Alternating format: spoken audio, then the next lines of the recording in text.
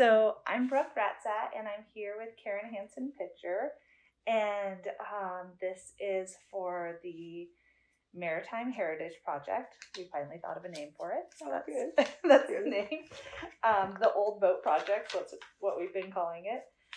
And Karen has a history of fishing on several different vessels, so we'll be talking about those. And yeah, I think that's enough information for them to for the start. Only 2 of them were wooden.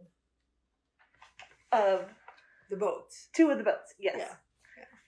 I thought you said women, and I was like, 2 women. Okay, so the first question is to tell me the history, any history you know about the boats. So I would say probably the wooden boats is what we'll concentrate on.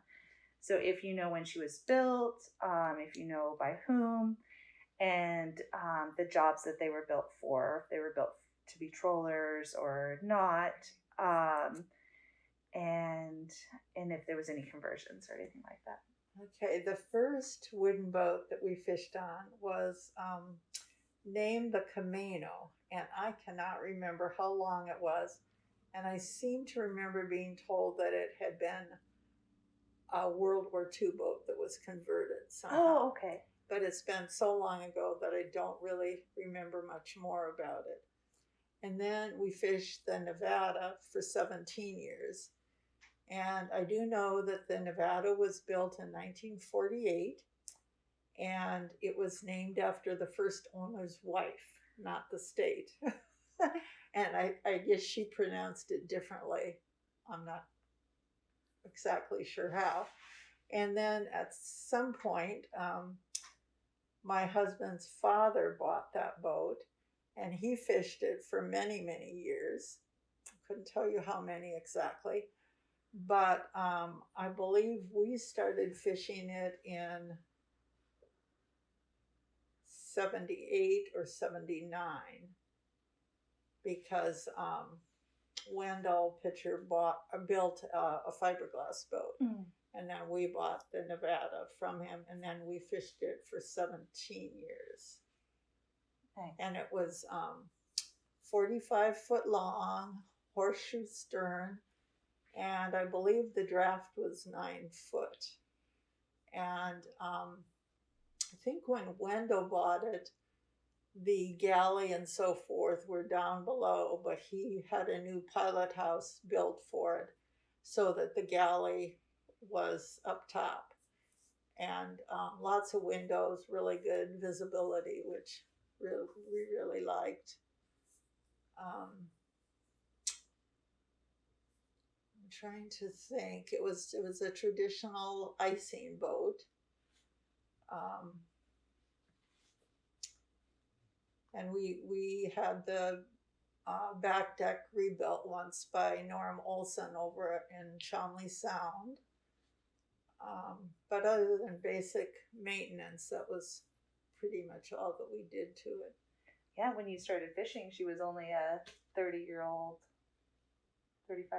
boat. Or no, when it was purchased, and you was built in 48. Yeah. And then you started fishing in the late 70s? Well, we would have gotten the Nevada, I think, in,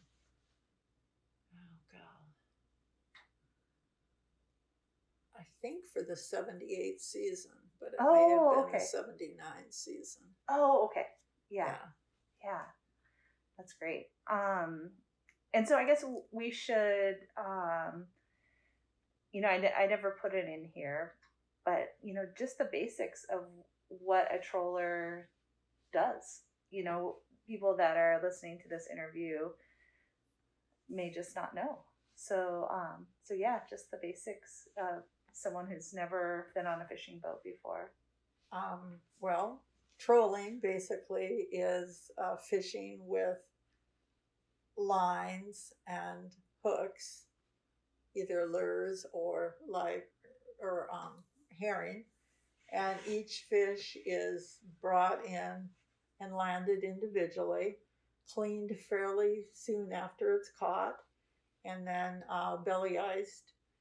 And so I may be prejudiced, but it's thought that troll caught fish is the best quality because it's not all scooped up in a net. Each fish is handled individually, cleaned, and taken care of fairly soon after it's caught.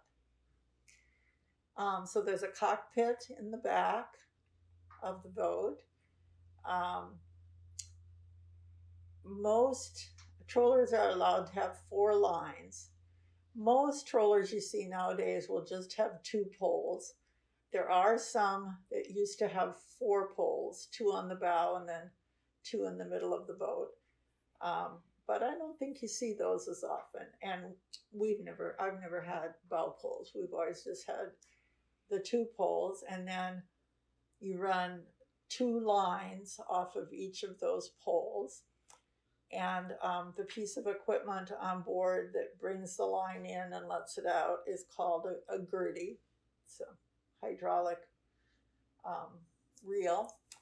And then each line you snap on leaders, and how far apart they are is determined by the length of the leaders. Typically you use a longer leader for king salmon and a shorter leader for coho. And of course, the number of leaders is also dependent on how deep you're fishing. For king salmon, you would generally fish close to the bottom, so that really limits the amount of line that you can put out. Cohos you might find them more in the middle rather than at the bottom or the top. So you try to determine where the fish are and then fish at that depth.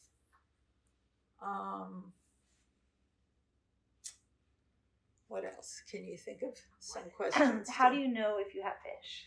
Oh, well, you can actually see the poles wiggle. My husband was not a fan of bells. Some people have bells on, so the bells jingle when there's a fish on. We did not have that. And a lot of times when you're fishing, you're catching scrap fish or fish that you don't want to catch, or jellyfish or kelp or whatever. So even if your pole doesn't wiggle, you need to run the gear on a fairly regular basis to make sure that the hooks are clean, because if they're not, they obviously won't catch a fish. So. Yeah, that's perfect. Yeah, that's the best explanation I've heard so far. Oh yeah, oh, good. Oh, well, there I go. So you told me a little bit about how you guys became the owners of those vessels, but do you have any other specifics of like maybe how you chose the Camano or what that was like taking ownership of those vessels? Well, my husband Dave grew up in a fishing family. His father Wendell came up to Craig with his brother when he was like, I think 14 or 15, started trolling. And we figured at the time of Wendell's death, he had actively trolled for 70 years. So Dave grew up in a fishing family. He fished with his father for a number of years when he was younger. The last thing he wanted to be was a fisherman. Well, then he went to college, graduated from college, immediately got sent to Vietnam. And when he was in Vietnam, the idea of not having to work for someone else and to be his own boss became more appealing. Mm-hmm. So he came back and he worked up on the pipeline, did some other work in order to save enough money to buy the first boat. And it was a boat permit combination. And this was right when limited entry was first starting. And so they didn't know at that time if it was going to be upheld as a legal process or a legal permit or not. So I think that first boat was pretty inexpensive, considering it was the boat and the permit both. But it wasn't much of a boat either. But we still, we fished it pretty hard. We primarily fished off the west coast, Noyes Island, what they call Pedro, which on the map is called St. Joseph's, and then that whole area between there and Warren and Coronation. So that northern area of outside of Prince of Wales was our main fishing area, I'd say. Nice. And then when you was the Nevada like an upgrade then from? Oh, definitely. Yes. Yeah. Definitely. Yes. Big upgrade, although it did not have running water. It well, no, I'll take that back. It had running water. It had a sink with cold running water. It didn't have hot running water, so water would have to be heated on the stove. There was no shower. The head was kind of unusual because it was a separate door off the back deck, and it was you'd flip a little switch and seawater would run through this toilet, which of course just flushed it into the ocean. And one time Dave was boarded by the Coast Guard and fined because that was not legal. Mm-hmm. So then we had to go to just using a, 5-gallon buckets and dumping it overboard, which was legal.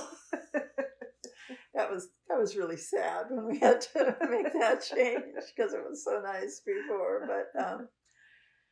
But back in those days, there weren't, I don't know, I assume it's improved now, but there really weren't places to empty holding tanks. So that did not, really didn't work well. Even for the boats that had that, we didn't have it, but it didn't work well back then. Yeah, I think it was really like 2000, 2005 before they even had them in the harbors. And you had to like make an appointment to dump with those. Pretty silly. But yeah, the bucket was the way for me most of my fishing career as well. Yes, I think my record, I'd sometimes, maybe wash my hair in the sink if I had to, but there were some summers we always sold to the Seafood Producers Co-op, which had a plant up in Sitka, but a lot of the years the little plant in Craig that E.C. Phillips owned would process the SPC fish, but some years they didn't, and then we would have to sell to a tender. So there would be no chance to get a shower or anything. My record was 21 days without a shower. But we all smelled the same. So,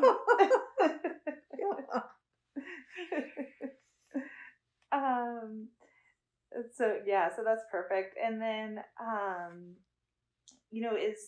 is there, and you've said a few things, but naming something about that vessel that you think it was really unique. You said before we recorded that she had beautiful lines. Yes, I really think the Nevada was one of the prettiest boats on the West Coast. It had really beautiful, graceful lines, had a lot of bright work on it, which, Wendell had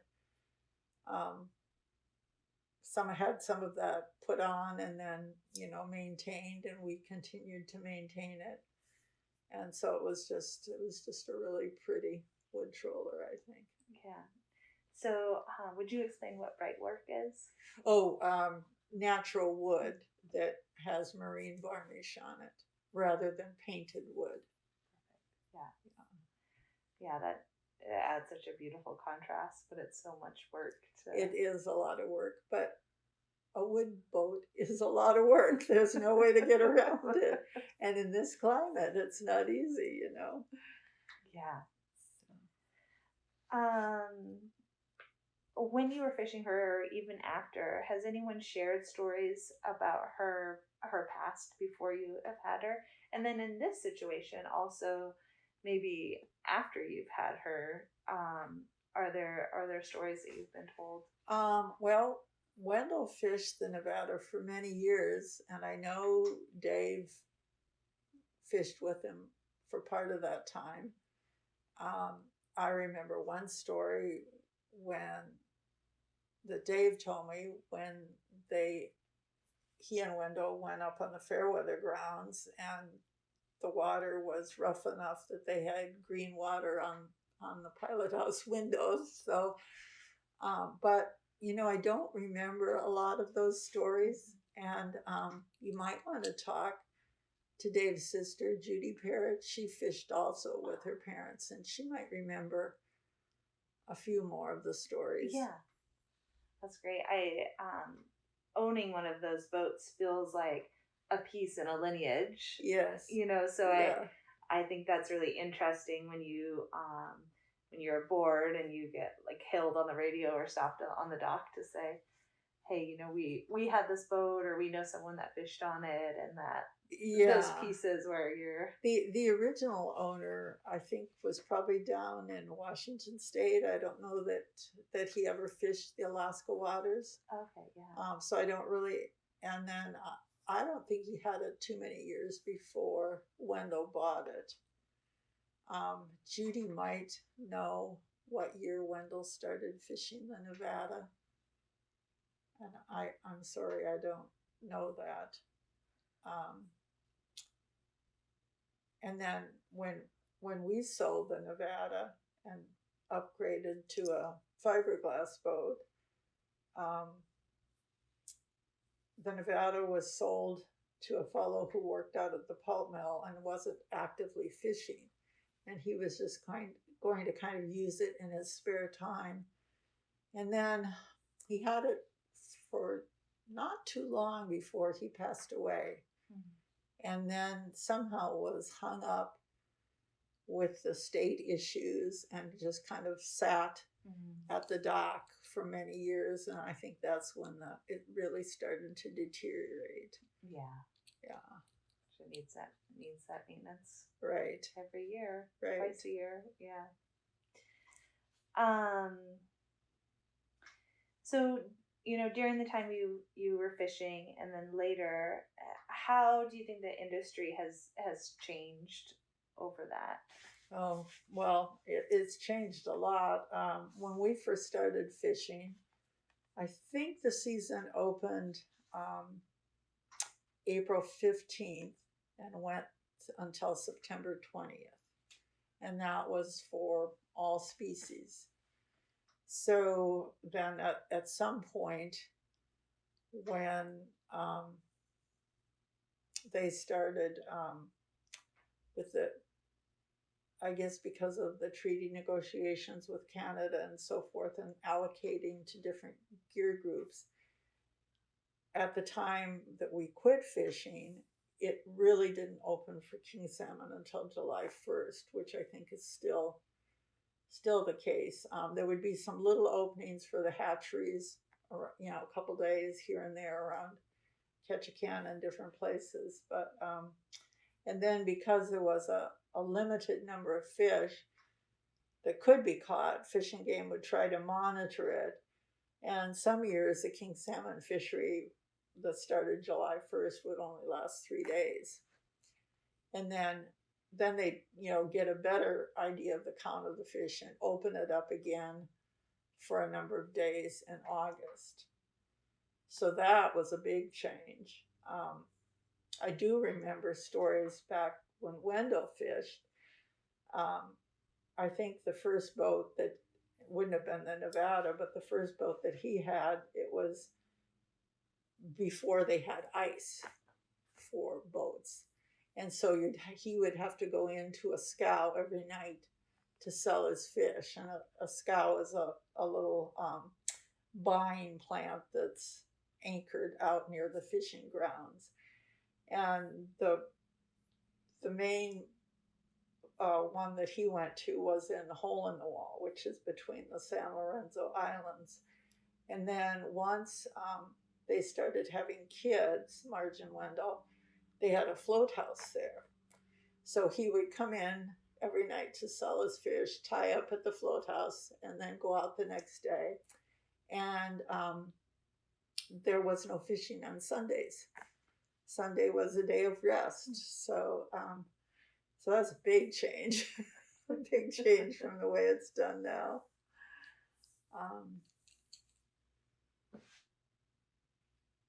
Yeah, I think just the length of the season is the biggest change that I saw over the years. I think there was always an emphasis on trying to take good care of fish. When we first started fishing, though, the co-op, which has a reputation, Seafood Producers Co-op, of really good quality fish, like all the other processors, would allow you to keep fish in the hold for 10 days between trips. So you would go in every 10 days to sell your fish. I think by the time we had quit fishing, the longest they would let you keep fish was like 4 or 5 days, and then you'd have to sell them because they wanted them really fresh and in good, super good quality. So that was another change. With the king salmon season starting so late in July, we pretty much quit using herring. We used herring when we fished earlier, when we could fish earlier for king salmon. But by July, and then usually there was a buildup of fish. So you would catch a lot more in a day, hopefully, for those first few days, than we would have, say, in May. If we just had no limit on the number of days we could fish, May or June. So both because of the time of year and because of the ease of catching more fish, we would just use lures of various kinds rather than herring. Yeah. So probably like spoons, plugs, flashers with hoochies. Yeah. So the next question is, do you have a favorite story about the boat or fishing that you'd like to pass on? Maybe the best day or maybe the worst day. Or maybe both. Okay, well, I have some stories. Dave was always a very cautious fisherman. He was a stick and stay and make it pay fisherman. Didn't like to run around after rumors a lot. And didn't like to, he was a very safe and cautious pilot, I guess you'd say. But I do remember one time we were fishing off the west coast of Baker Island. And it was probably the best coho fishing I had ever been in. And Dave was at the wheel. I was in the back. He was at the wheel because it was so rough. And I was in the cockpit pulling fish aboard. Literally every line had a coho on it. Just bringing them aboard, it was just so, it's like, it was so exciting. You get this adrenaline rush. Well, it was getting rougher and rougher. And Dave is saying, you need to pull the gear up. We need to go in.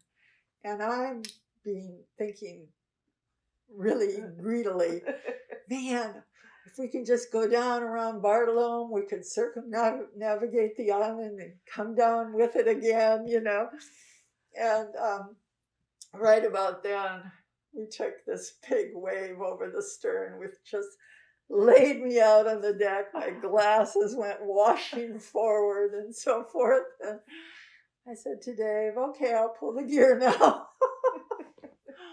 But I think one thing that was not terribly unusual, but we were a fishing family, and there were a number of families that did troll.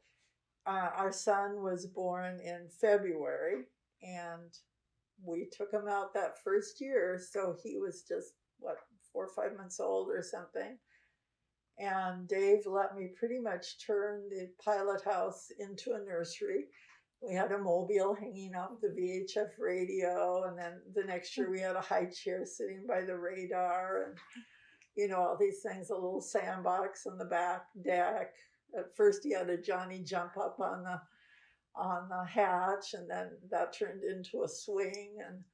But Sam was always, he always had a life jacket on, and was always attached by a rope to the boom, kind of like a dog run, I would say. So he could, just get so far.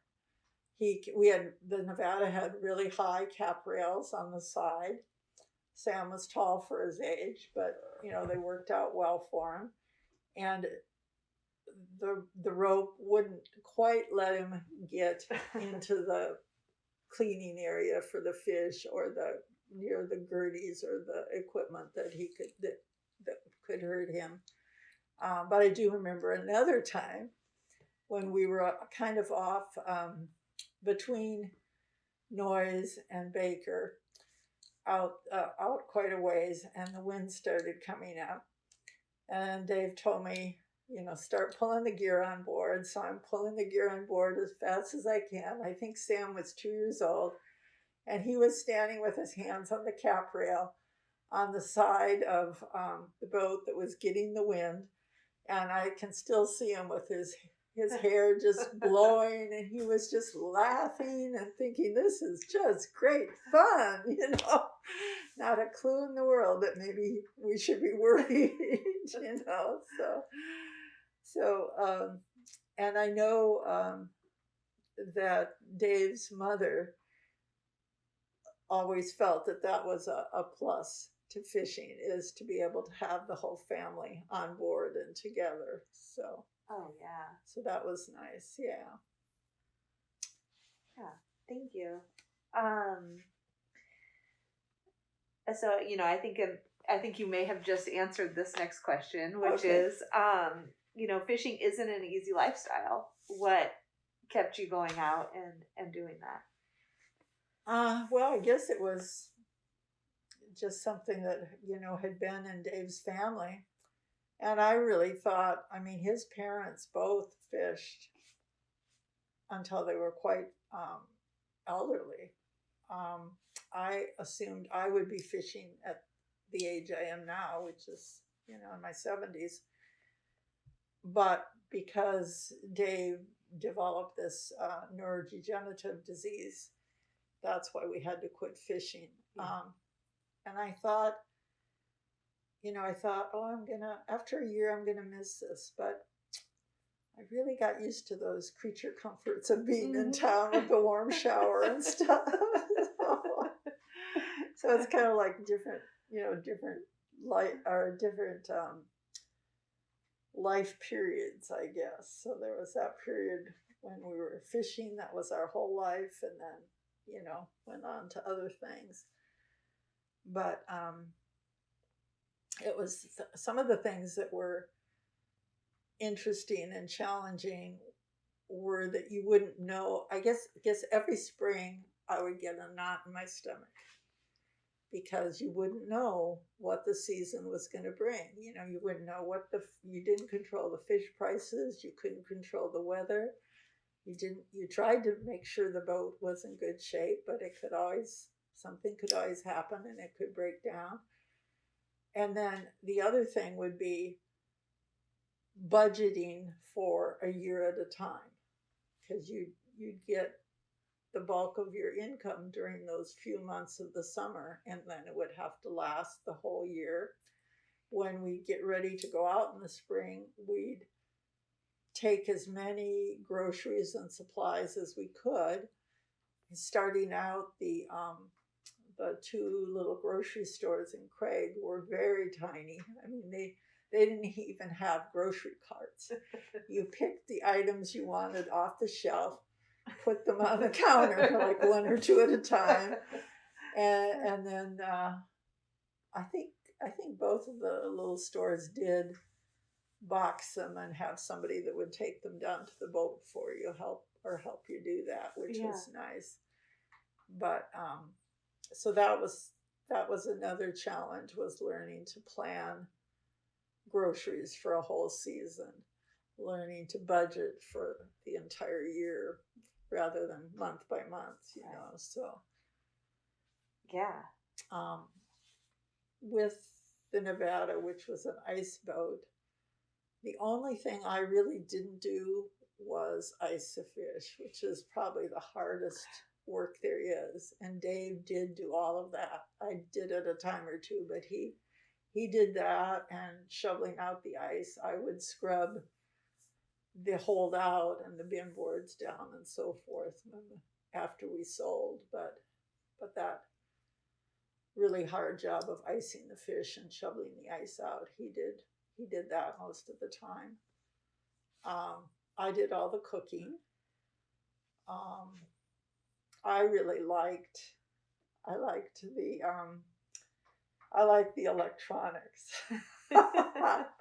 You know, when we first started fishing, all we had was a CB radio and a fathometer. That's all we had. And then, you know, gradually more and more. And, you know, the first radios, there weren't scramblers or any of that sort of thing. So it was always fun to listen to the talk on the radio, and then to try to read between the lines as to who was catching and who wasn't. And we fished with a group of boats. The size changed from year to year, but it was mostly family, relatives. And I was usually the one that made the code for the group every year, and I had fun doing that. So yeah, and then the scramblers came in, and the bags, cell phones. Now when we quit, computers were just starting to be used. So that's all changed so much since 2000 that, you know, things that I'm not familiar with that we didn't have. A couple of captains have shown me even on their cell phones, they can see where all the boats are with the boats' names on them. Oh my goodness. Isn't that crazy? Yeah.